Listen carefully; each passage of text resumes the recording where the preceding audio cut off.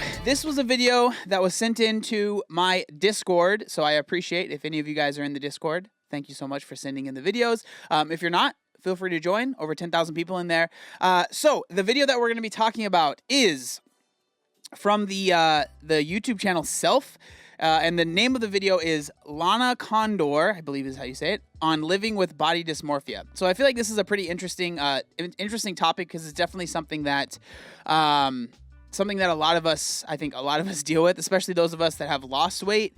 But it's pretty ubiquitous in like fitness and weight loss and just everyone in general. So if you guys don't know, she is actually a pretty popular actress. I believe she was in, I believe that she was in X-Men. I don't really know all of the, the movies and stuff that she's been in, but she's been in some pretty big movies. So she's obviously in the public eye, which I'm sure adds to it. But I haven't watched this video, so let's get into it. And yeah. You don't have to struggle alone. A lot of people want to because they don't want to be an inconvenience to others. And I definitely think that that was a case for me. Oh, dude. She's already hitting us with the fire. So this is like personally for me, one of my biggest fears, I guess, but something that I really struggle with is if I feel like I'm being a burden to someone, like it's game over. Like I cannot stand it. So I totally understand what that's like. But if you open up, chances are someone can relate to you and give you advice and tell you all the reasons you are incredibly beautiful, whether or not you think so yourself.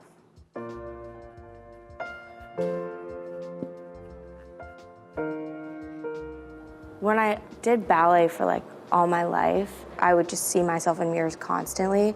So I think that was my most unhealthy.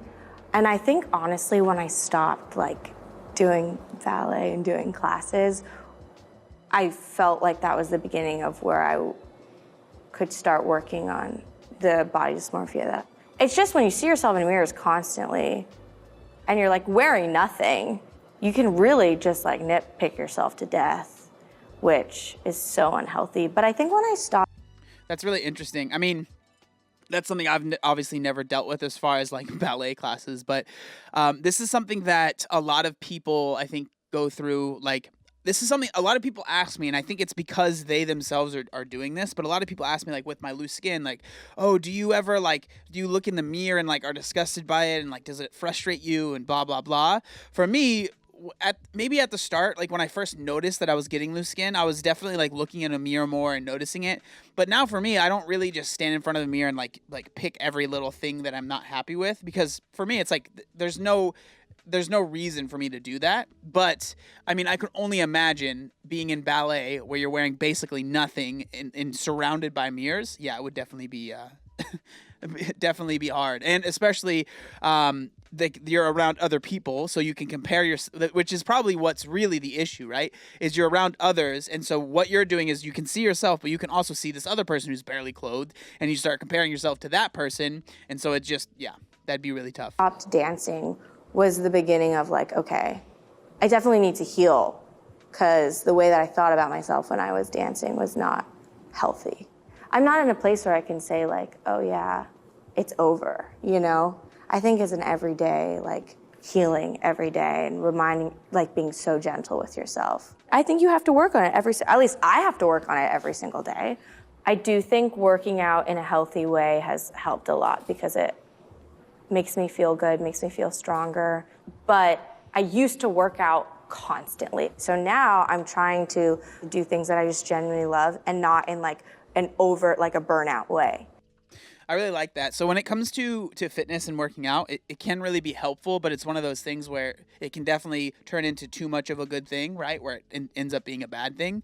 But I really do think that working out and finding fitness and being able to implement fitness in a way that is more than just changing how you look. Because a lot of people, again, I get questions of like, oh, are you trying to lose weight? Why are you working out so much? Yada, yada, yada, this and that. It's like, I have found things like CrossFit, running the marathon, training for the triathlon now. Like, I have found things that I can train for that have nothing, like literally nothing to do with how I look. It's just about performing better. And then I think that's given me a lot of gratitude for my body that I didn't have before. Like really being able to see, wow, I can really push my body and I'm able to do these things that I never thought I was able to do, right? And so I'm able to see my body in a different light than just how it looks. It's switched into what can my body do, which for me has been incredibly helpful. Anthony and I, my boyfriend, we're gonna start doing like dance, like Zumbas. It feels joyful to me. So I think that that's the main thing that's been helping is like doing classes that are like fun.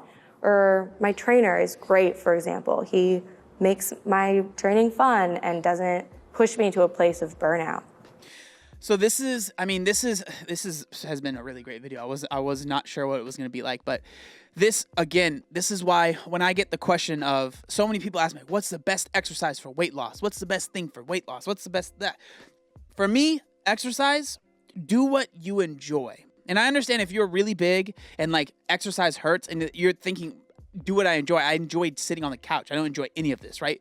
I promise you, you can find something that you don't at least despise, right? This is why it's so important to enjoy what you are doing. You know, to a certain extent, like when I'm on the bike for a few hours, I get to a point where it's like, man, my butt hurts and I'd like to not be doing this. But for the most part, I enjoy training for the triathlon. When I'm out on runs, I enjoy being able to do that, right? Like, so find something, whatever that might be for you. Find what you enjoy, and I really, really think that can help you. I know for a fact it can help you be more consistent, like without a doubt. Which I think is important because once you're at burnout, then it's all over. You're like, oh man, every bad thing that I say takes up so much more space in my head than it should. So it's been such a, like every day is up and, it's a very much a whirlwind. And I, like when I talk to my friends about this and everyone, a lot of people just say the same thing. But I think that I have really had to like double down in the mental health area of it because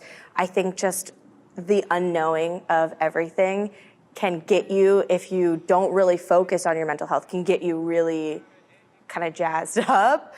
So it's been like, I've actively had to make sure that I'm taking care of myself every day because there are days definitely that I'm like I just lay in bed and won't do anything. And then I realize like, oh, I need to do something like meditate or read or whatnot. And then physically, I was just talking about this, that right when the pandemic hit, we all just stopped working.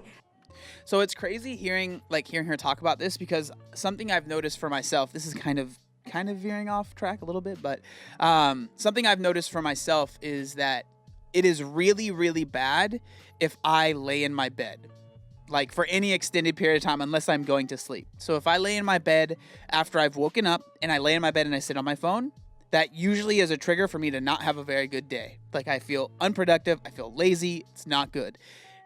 And on top of that, if I go and I get home after a long day here at the office or whatever, and I lay on my bed, almost always it's just bad. I don't know why, but for me personally, like that is a not a good place to be unless I am going to sleep.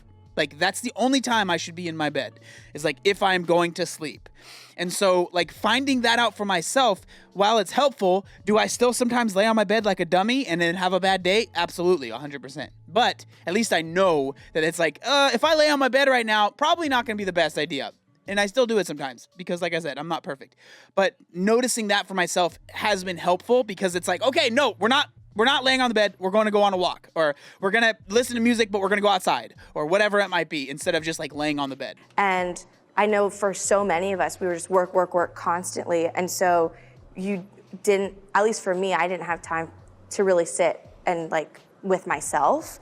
And as soon as the pandemic hit, like I just stopped working, and then I feel like I just was like, well, the world is over. And so I just truly was like, I'll be a couch potato forever. And then it was only till like recently where I started like, no, the world will keep going. And so now I'm like working out and doing all this stuff, but it's definitely I'm like not gonna sit here and say, oh yeah, it's been like awesome. My self-care has been great, because I don't know if it truly has up until like, the past like maybe 3 months where I'm like, okay, the world isn't gonna end. Now I feel like there's hope, but who knows? For myself, it's like sometimes when you're feeling very low, you just kind of binge, and that's how it is in the moment. Like, I know I've talked about it publicly, but it's like something I think that's feels so private to me. And then I just like had this moment, particularly this year, where I was like, not alone in this, you know?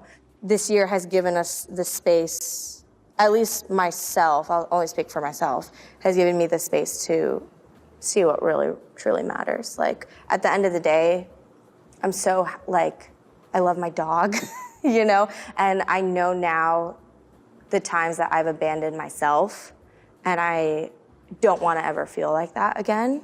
I don't feel the need to be like, I have to say yes to every single thing, because mentally that's not healthy. Yeah, I think like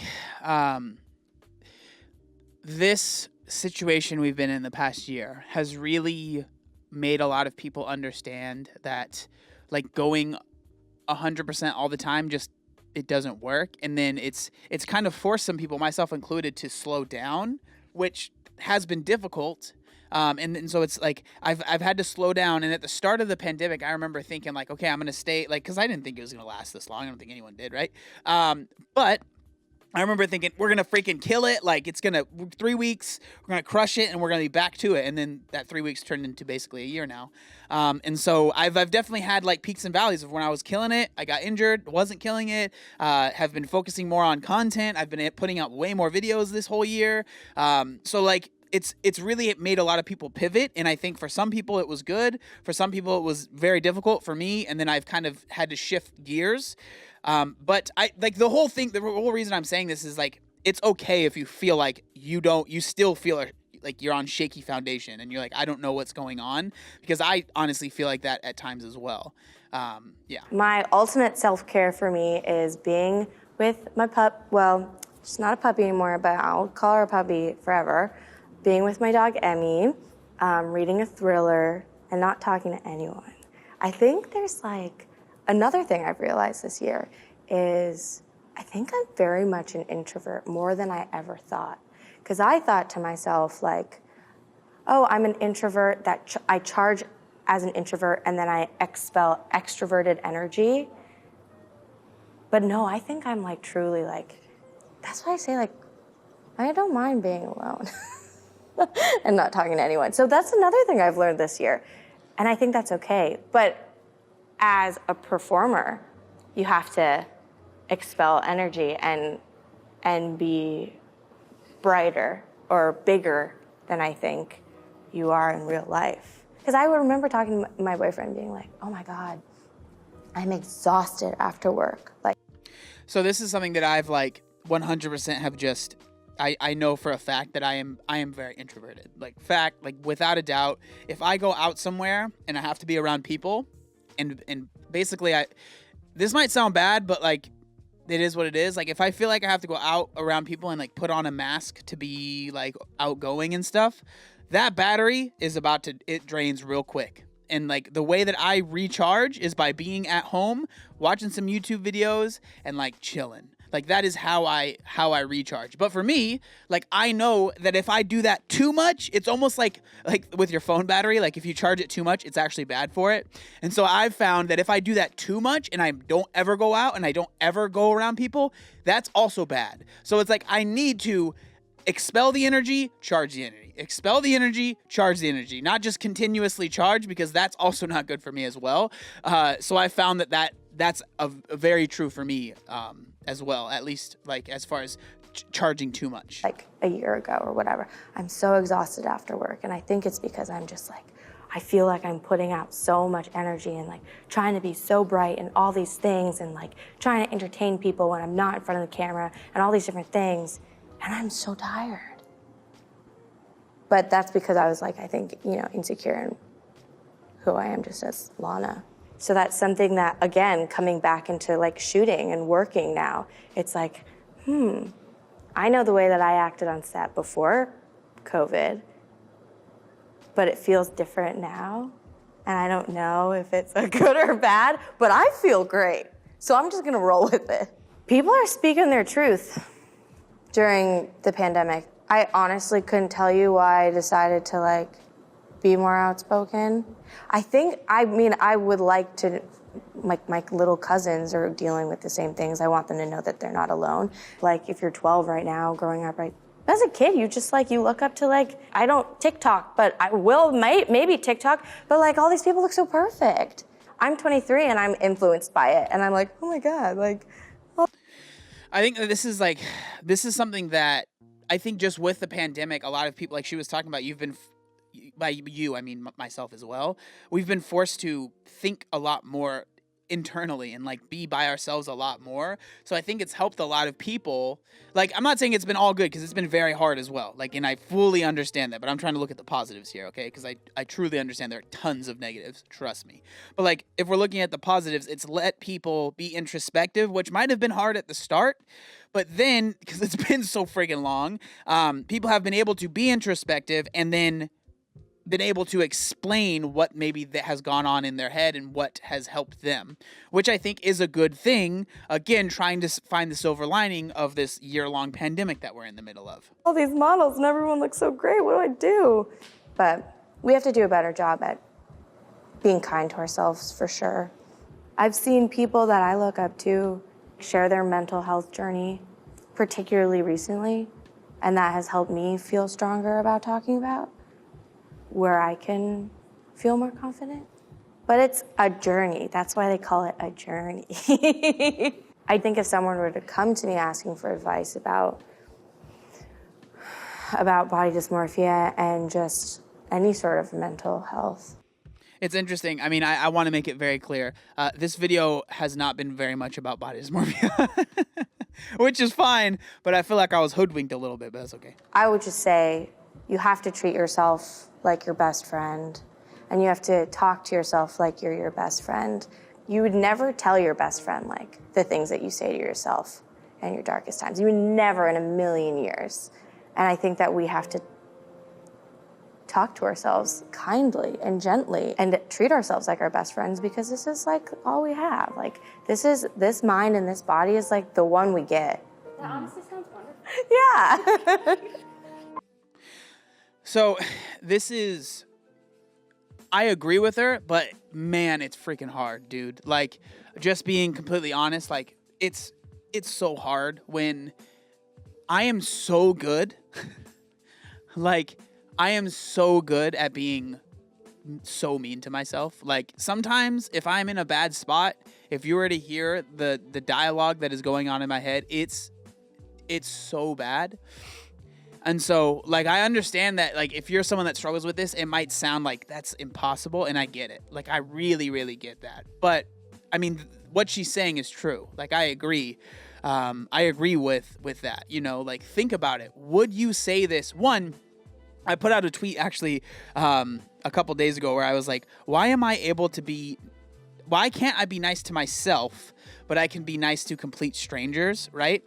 And I think that, like, for me, the reason is just that, like, I know all of my insecurities, and so if I am in a bad mood, I know what to pick on, and I know what will make me feel bad.